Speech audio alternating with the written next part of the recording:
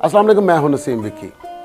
आप मुझे देखेंगे विज़न टीवी पर, यूट्यूब के ऊपर एहसन सैयद के साथ चली कहानी में। पहला सवाल शुरू किया तो मुझे ऐसा नहीं लगा कि जैसे सवाल शुरू हुआ तो मैं समझा कि अभी कैमरा ऑन नहीं है, तो वो अपना पर्सनल बोल रहे हैं। तो जब मैंने बात पूरी सुनी है तो फिर मुझे पता चला कि नहीं, ये बात कुछ और थी, ये सवाल नहीं था, ये फीलिंग थी। प्रोग्राम के हवाले से जो बात है वो ये है कि ये प्रोग्राम बहुत अच्छा है।